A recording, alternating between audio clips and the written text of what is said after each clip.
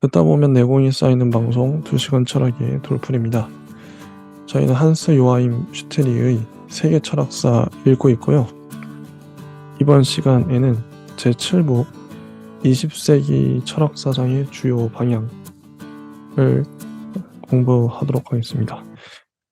914쪽 6번 존재 물음의 전개 마르틴 하이데거입니다. 하이데거 분량이 꽤 길어요. 하이데거는 가장 영향력 있는 사상가 중 하나다. 하이데거는 수학과 자연과학으로 전공을 바꾸었고 나중에는 철학으로 방향을 돌렸다. 그는 스콜라 철학자 둔스 스코투스에 관한 논문으로 교수 자격을 획득했다. 이 논문에서는 후설 현상학적 방법의 영향이 분명히 나타났다. 후설은 1916년 프라이부르크 대학으로 초빙되었고 하이데거는 얼마 후 그의 조교가 되었다. 한나 아렌트가 제자죠. 그리고 하이데거는 히틀러의 민족사회주의 나치당에 입당한 적이 있어요. 근데 옹호했지만 이게 판단 착오구나 해서 총장직에서 물러나죠. 하이데거는 자신의 과오를 즉시 깨달았지만 짧은 기간이나마 히틀러 정권을 지지했기 때문에 이후 특히 프랑스에서 풍성한 논란거리가 되었다.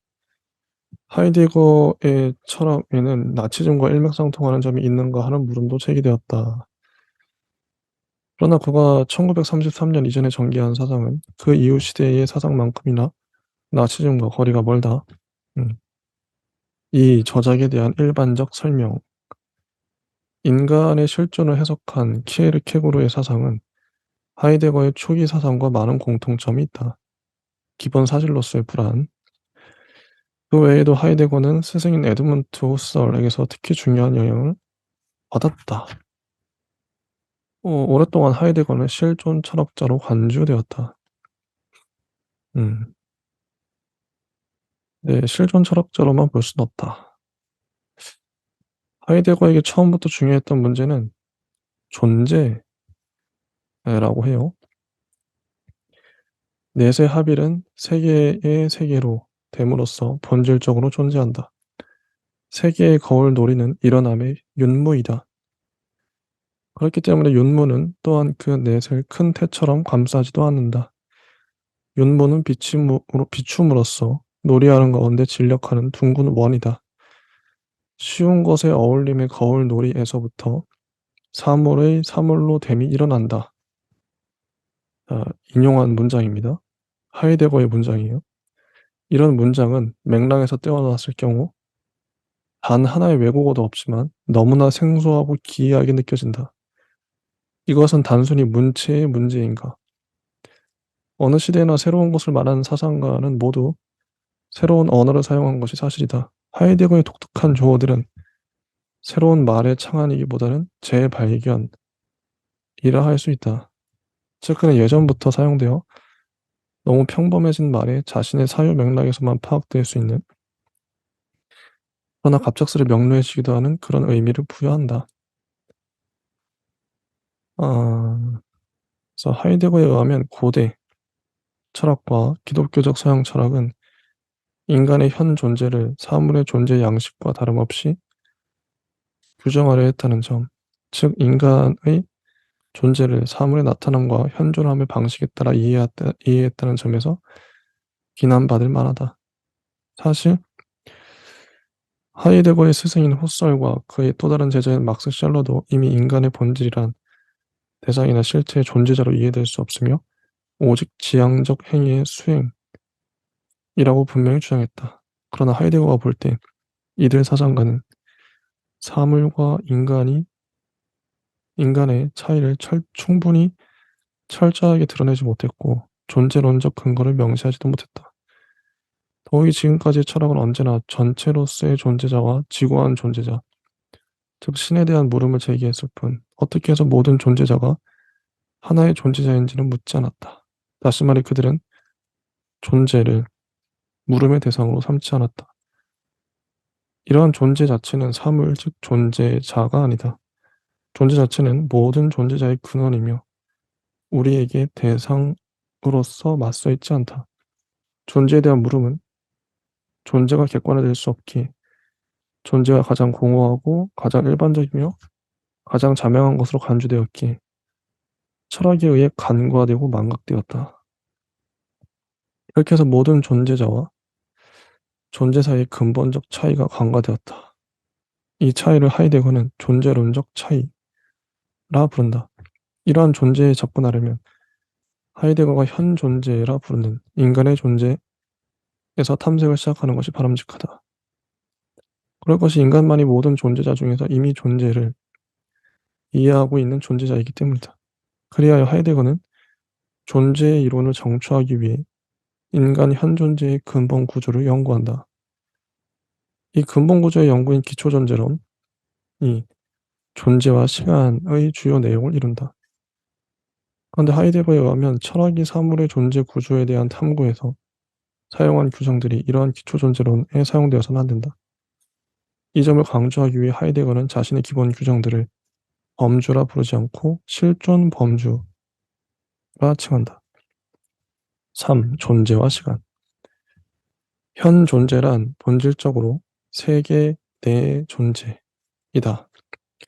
이 말은 두 객체의 공간적 병존이란 의미로 이해돼서는 안 되며 그것 안에 있음, 즉 포함되어 있음이라는 공간적 의미로 이해되어서도 안 되고 또 주체와 객체의 관계로 이해되어서도 안 된다.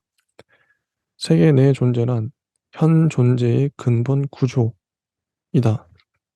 인간 현 존재는 언제나 이미 그의 의지에서 벗어나 있고 교체될 수 없는 특정한 장소에 있다. 인간 현 존재는 그의 거기에 내던져져 있다. 따라서 내던져져 있음은 또 하나의 근본 구조 즉 실존 범주이다. 세계 내 현 존재는 근심, 하이데거의 표현을 빌린다면 염려라는 존재 양식을 갖고 있다. 현 존재는 배려되는 존재, 배려의 존재 양식을 갖고 있다. 인간의 이러한 염려는 그를 둘러싼 다른 존재자, 사물들, 그리고 도구나 손 안의 것으로 향하지만 핵심에서는 언제나 자신의 존재 방식으로 향한다. 인간은 존재해야 한다. 그에게 존재는 부과된 것이다. 인간은 현 존재이지만 그저 현 존재인 것이 아니라 언제나 이러한 자신의 현 존재에 관심을 기울여야 하는 현 존재이다. 자신을 실현시켜야 하는 존재로서의 현 존재는 기획투사이다. 따라서 인간이란 내던져진 기획투사로서의 현 존재라고 할 수 있다. 인간의 근본 경험은 불안이다. 불안이 불안해하는 것은 다른 존재자 때문이기보다는 세계 내 존재 그 자체 때문이다. 좀 더 분명하게 표현해서 자기 자신의 비존재 가능성 때문이다. 불안은 인간에게서 존재자 전체가 사라져버리는 급격한 경험이다. 인간은 자기 자신의 죽음과 마주친다. 그러나 죽음은 외부로부터 현 존재와 마주치는 것이 아니다. 죽음은 현 존재에 속해 있다. 현 존재는 죽음으로 향한 존재로서 존재한다. 절대적 한계인 자신의 죽음과의 이러한 마주침에서 인간 현 존재의 고유한 의의와 간절함이 생겨난다. 만약 우리가 영원한 시간을 누릴 수 있다면 그 무엇도 절실하거나 중요하거나 진실되지 않을 것이다. 보통 우리는 이러한 사태 앞에서 눈을 감아버린다. 우리는 죽음을 염두에 두고서 우리 자신을 뒤바꿀 수 없는 삶을 실현시켜야 한다는 점을 망각한다. 우리는 비본래적인 것, 하찮은 것, 그들로 미끄러져 든다. 그러나 우리가 깊은 생각을 거듭하며 알게 되듯이 죽음은 우리에게 우리 자신의 실존을 받아들이라 호소하고 죽음은 우리 결정의 철회 불가능성을 현현하며 죽음은 자유와 자기 책임에서 본래적 자신의 삶으로 나아가라고 호소한다. 하이데거 사상에서 죽음에 대한 이러한 고찰은 인간 존재의 근거이자 한계, 그 지평인 시간과 시간성을 해명하는 열쇠이다. 시간성은 본래적 배려의 의미이고 현 존재의 근본 사건이다. 현 존재는 시간 안에 어떤 종말을 갖고 있는 것이 아니라 유한하게 실존한다. 불안 속에서 인간은 무와 마주친다. 무 자체가 그의 앞에 있다. 인간의 실존은 나가서 서 있음, 무로 포섭되어 있음이다. 초월이 나아감, 모든 존재자를 넘어서 나가서 물음이라면 현 존재의 본질은 무로의 초월이다. 음. 하이데거에게는 신도 존재자에 속하며 따라서 묻기 위해 벗어나야 할 무엇이다. 그의 물음이 모든 존재자를 넘어서고 신도 넘어서 나간다는 의미에서 그는 무신론자이다. 그가 보기에 지구한 존재자에 대한 물음으로써 신의 실존에 대한 물음은 본래적 존재에 대한 물음을 가로막기에나 적합하다. 그러나 여기서 한 가지 덧붙일 점은 하이데거의 후기 저작에서는 성스러움이란 개념이 핵심적 역할을 한다는 사실이다. 사상가는 존재를 말하고 시인은 성스러움이라 부른다. 또한 후기에는 특히 헬덜린의 해석에서 신들이 필사의 인간에 대한 반대 개념으로 도입된다. 여기서 세계는 사방으로, 즉 하늘과 땅과 죽어야 할 존재와 신적인 것의 통일로 나타난다. 일찍이 해겔은 이렇게 말했다. 순수한 존재와 순수한 무는 동일하다. 이에 대해 하이데거는 다음과 같이 말한다. 해겔의 명제, 이 명제는 올바르다. 이러한 전해에 의해 인간은 무의 자리를 보존하는 자에서 존재의 보호자이자 목자로 변한다.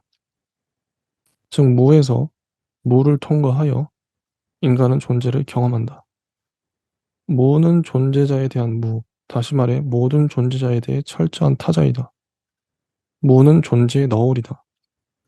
이처럼 무를 통과하면서 스스로를 드러내기도 하고 감추기도 하는 존재는 하이데거의 핵심 개념이다. 이러한 존재는 흔히 자기 안에 꼭꼭 숨겨져 있는 근원에 비유되며 이 비유는 아주 적절하다.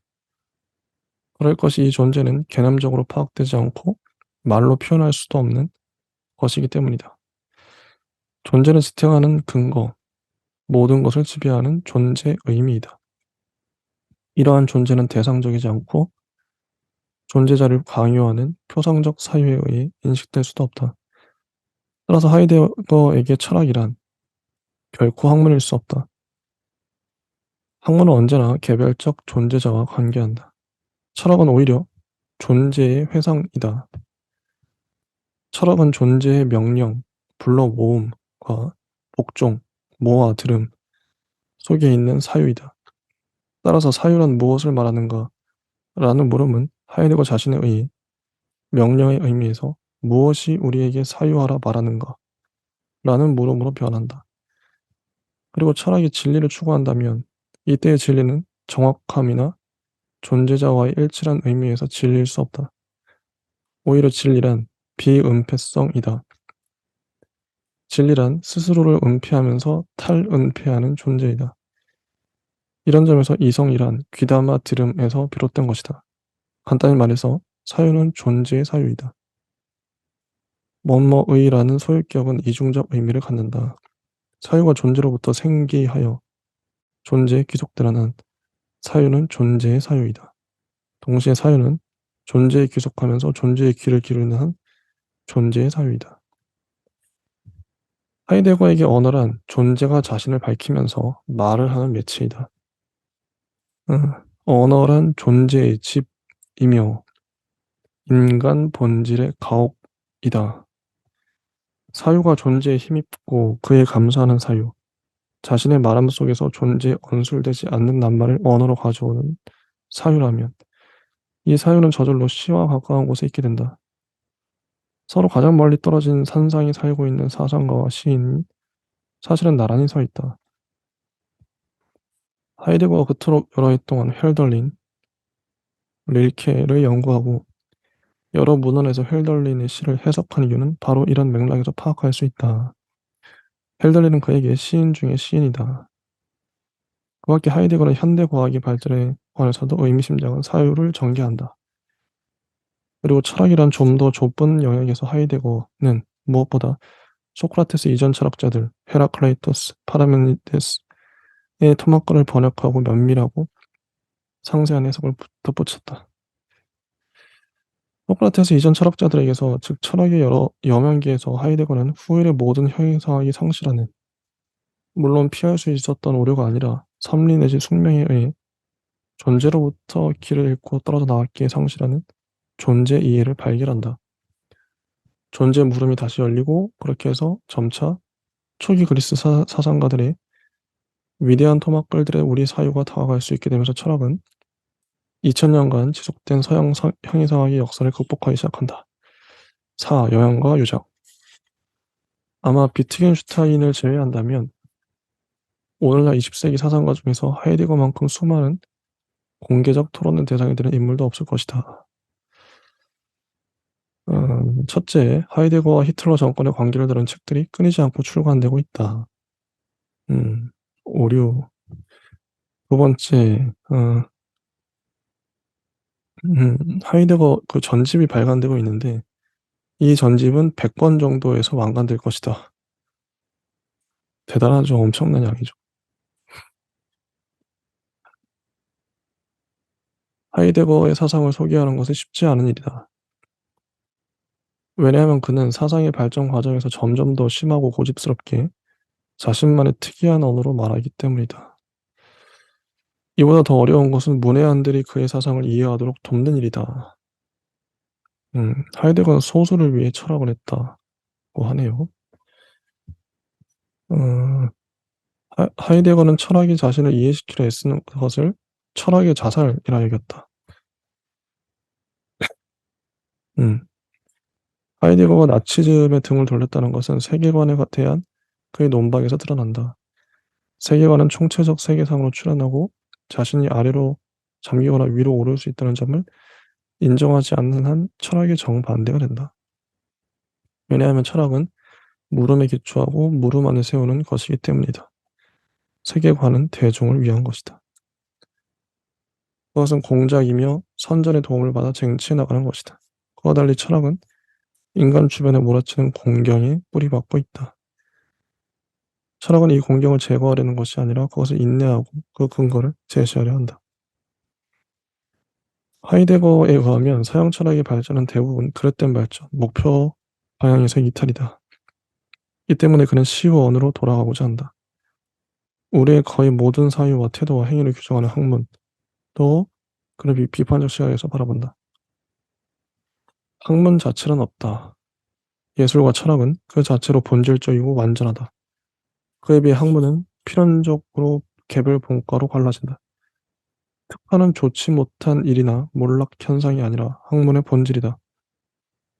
학문은 언제나 존재자를 앞에 내세우기 때문이다. 존재자의 한 영역. 어떤 사태 영역의 주목함과 어떤 설명 방법의 구속됨은 모든 학문이 엄밀함을 가질 수 있는 조건이다. 이것이 학문의 성과를 좌우한다. 그러나 학문의 제약성도 그에 기인한다. 인과 연관, 뭐뭐라면 뭐뭐이다. 에 묶인 사유는 과학의 공작적 본질을 보여준다. 이런 방법으로 생명체를 포착하려 하는 것은 오류이다. 이 점은 자연과 역사 모두에 해당된다. 역사에서 우연과 숙명이 함께 규정적으로 작용하고 있음을 인정한다는 것은 이 우연과 숙명이 단지 정확하고 명료하게 지각되지 않는 인과 연관만을 나타내는 한 결국 인과적 사유의 독점적 지배를 증명할 뿐이다. 역사는 역사적 존재자가 완전한 다른 존재 양식을 가질 수도 있다는 것을 알 수 있게 해주지는 못했다. 과학은 사태 영역 자체보다 자신의 처리 방법을 더 중요하게 만드는 경향이 있다. 사람들은 존재 영역이 근저에 있는 존재자가 어떤 본질 성격을 갖고 있는지 알려하지 않는다. 그들은 결과, 가능한 한 직접적 유형성을 가진 결과를 탐색하며 이렇게 해서 개개의 모든 결과로부터 편안히 연구를 계속할 수 있는 새로운 추동력이 생겨난다. 모든 학문의 공작적 기술적 본질이 점점 더 고착됨에 따라 자연과학들과 정신과학들의 대상적이고 방법적 차이가 점점 더 희미해진다. 학문 연구와 학설의 장소인 대학들은 순전히 그리고 점점 더 현실에 가까운 기업 시설로 변하고 있으며 여기서는 그 무엇도 결정에 이르지 못한다. 철학 여기서는 체계를 제작하는 역사적 학식으로가 아니라 단지 진리, 다시 말해 존재의 의문스러움에 대한 사유적 숙고로 이해된 철학은 대학에서 그리고 대학이 변모된 형태의 완전한 기업 시설에서 아무런 장소도 갖지 못한다. 이런저런 온갖 것을 부여받았으며 그에 관해 약 아무것도 알 수 없는 숨겨진 목표란 완전한 지루함의 상태이다. 역사적 정신과학들은 신문과학이 되고 있다. 자연과학들은 기계과학이 되고 있다. 자연과학에 의해 존재자로부터 쏟아진 자연, 기술에 의해 자연에 무엇이 일어나는가? 증대하는 혹은 간단히 말해 그 종말로 굴러가는 자연 파괴, 한때 자연은 무엇이었나? 신들이 도래하여 머무는 순간의 장소, 자연으로서 아직 페지스로서 존재 자체의 현성에 머물렀던 그 후로 자연은 곧 하나의 존재자가 되었고 심지어 은총의 반대가 되었으며 이런 격화를 당한 후에는 계산하는 공작과 학문의 강제에 맡겨졌다. 그리고 마지막으로 풍경과 휴양의 기회가 남았고 이것도 이제는 거대한 것으로 계산되어 대중에게 향한다. 그 다음에는 이것이 끝인가? 어째서 대지는 이 모든 파괴에 침묵하는가? 50년 전에 이런 예언적 통찰력을 지났던 사람이 하이데거 말고 또 누가 있겠는가? 마지막 신은 누구인가? 이 물음에 하이데거는 대답한다. 기존의 신들과는 특히 기독교의 신과는 전혀 다른 신. 그런데 어째서 하이데거는 가끔은 신이라 말하고 가끔은 유일신이라 표현하며 또 어떨 때는 신들이란 말을 쓰는 것인가? 전향은 귀속하는 자를 향한 소명과 부름받은 자의 귀속 사이에서 현성한다. 전향은 상호 공속적 전향이다. 생기로의 소명적 도약을 속삭이는 건네진 부름은 가장 은폐된 자기 인지의 위대한 고요함이다. 여기서는 신비성이 너무 과도하게 전개되는 것이 아닌가. 하이데거가 자신의 핵심 개념인 존재를 다루는 방식은 부정신학, 이 신개념을 다루는 방식을 연상시킨다. 5. 하이데거와 프랑스 사상가들. 독일 바깥에서 하이데거의 명성과 영향력은 1945년 이후에도 줄지 않았고 오히려 더욱 커졌다. 음. 하이데거의 영향을 받은 인물로는 보프레 외에 장폴 사르트르가 유명하며 비교적 최근 인물로는 자크 데리다가 있다. 데리다. 임마누엘 레비나스도 있고요. 하이데거에게 던진 보풀의 핵심적 물음은 이런 것이었다. 어떻게 하면 인본주의란 말이 다시 의미를 가질 수 있는가? 이에 대해 하이데거는 이렇게 답했다. 그러기 위해서는 먼저 사람들이 인간의 본질을 새롭게 그리고 철학이 경험할 수 있었던 것보다 더 시원적으로 경험해야 한다. 이는 일체의 인본주의, 다시 말해 오직 인간의 주관만 맴도는 일체의 사유에 대한 거부의 뜻을 담고 있다. 그러한 인본주의에는 모든 유형의 실존주의가 포함된다. 마르크스주의건 기독교건 아니면 사르트르의 사상이건 인간의 본질을 해석하려는 모든 시도는 인간을 자연과 역사와 세계 전체와의 확정된 연관에 있게 한다는 점에서 문제가 있다. 인간은 존재자의 주인이 아니라 존재의 이웃이거나 그 보호자이다. 인간은 말하기에 앞서 존재로가 다시 말을 걸어오기를 기다려야 한다. 인간은 존재의 말 건냄을 기다려야 한다. 언어에 대한 이 사상과 입장 역시 중요한 논쟁거리가 되고 있다. 심지어 하이데거 후기 저작을 특징 짓는 공식은 더 이상 존재와 시간이 아니라 존재와 언어라는 주장도 대두한다. 우리가 언어를 가진 것이 아니라 언어가 우리를 갖고 있다. 언어는 인간의 단순한 도구가 아니라 존재의 집이며 인간 본질의 가옥이다. 우리는 말 자체가 우리에게 앞서 말하는 것에 주의를 기울여야 한다. 사유의 본질은 언어의 본질로부터 파악될 수 있다. 언어의 본질은 시의 본질로부터 파악된다. 이런 의미에서 하이데거가 데프리아를 해석하는 헬덜린은 하이데거에게 시인 그 자체이다. 20세기 언어 사상가 중 가장 영향력이 큰 인물은 비트겐슈타인이지만 가장 위대한 사상가, 언어 사상가는 하이데거이다. 음, 우리가 아직도 사유하고 있지 않다는 사실이야말로 그것도 세계의 상태가 갈수록 걱정스러운 것이 됨에도 불구하고 변함없이 사유하고 있지 않다는 사실이야말로 가장 깊이 사려되기를 바라는 것이다. 1945년 이후 프랑스에서의 철학 논쟁은 대부분 독일 사상가에게서 점화되었다고 말해도 과언이 아니다. 하이데거 외에 가장 먼저 꼽을 수 있는 사상가는 칼 마르크스 이며 특히 그의 초기 저작이 중요하다. 대표적 마르크스주의 사상가로는 프랑스의 루이 알티세르, 음, 그 다음에 독일의 그 프리드리히 니츠가 있죠.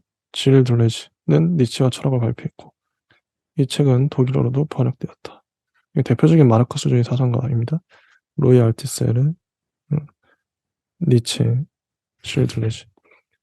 둘레즈는 여기서 마지막으로 거론되는 독일 사상가인 프로이트의 프랑스 수양에도 중요한 기여를 했다. 그는 펠릭스 가타리와 함께 안티오이디푸스를 썼다. 그러나 프랑스의 정신분석 논의에서 핵심 역할을 한 사람은 심리학자인 자크 라캉이다. 라캉. 라캉을 읽는 사람은 자신이 과연 철학과 대면하고 있는 것인가라는 의문을 품게 된다. 이런 느낌은 현대 프랑스 철학자들의 저작을 읽을 때면 흔히 생기는 것이다. 현대 프랑스 사상에서는 철학과 다른 분야, 특히 문학과의 경계가 희미해진다. 저명한 사상가 폴 리케르는 이런 현상의 위험을 지적한 바 있다. 미셸 푸코는 오늘날 프랑스 사상가 중 가장 유명한 사람이며 독일에서도 그렇다. 성이 철학의 본격적 주제가 될 수 있는가? 안 될 이유가 어디 있는가? 이런 질문. 푸코의 초기 저작 말과 사물은 그가 자신의 핵심 주제라 말한 문제를 다룬다. 그것은 바로 주체이다. 사유하는 주체. 푸코에 의하면 이러한 주체는 확실성을 추구하는 작업의 출발점으로 부적합하다. 그에 따르면 주체는 원인이나 기초라기보다 결과이다. 주체는 중세 이후 유럽에서 고백의 강요가 사회의 주요 주체로 자리 잡는 가운데 생겨났다. 주체의 퇴위 내지 해체, 탈주관화는 푸코 외의 다른 사상가들에게도 핵심적 의미를 갖는 주제어이다. 그 다음에 엠마뉴엘 레비나스가 나와요. 레비나스. 언어의 신뢰성을 의심하는 것은 언어로 표현되는 것에 대한 무관심으로까지 흘러서는 안 된다. 타자. 즉 같은 인간이 문제가 되는 경우에는 무관심이 존재하지 않아야 한다. 타자는 나의 독차지 않은 사유에 의해 그 타재 속에 내버려져서는 안 된다. 타재, 다르게 존재함으로부터, 즉 그와 나 사이에 지향될 수 없는 차이로부터 나에 대한 말건냄, 사귐과 대답에 대한 요구가 생겨난다. 타자에 대해 완료된 상을 준비해 놓는 사람은 그의 삶을 필요한 경우에는 제거할 수도 있는 사물로 깎아내리는 것이다. 타자에게 열려 있음은 자만하는 이성의 재단의 희생물로 맞춰져서는 안 된다. 또한 우리에게는 무한한 것에 대한 열려 있음도 요구된다. 타자에게 열려 있음은 사랑으로도 표현된다. 이런 맥락에서 레비나스는 인간 내의 여성적 요소에 주목한다. 여기까지가 하이데거와 그의 영향력에 대한 내용이었고요. 자, 여기까지 하겠습니다. 감사합니다.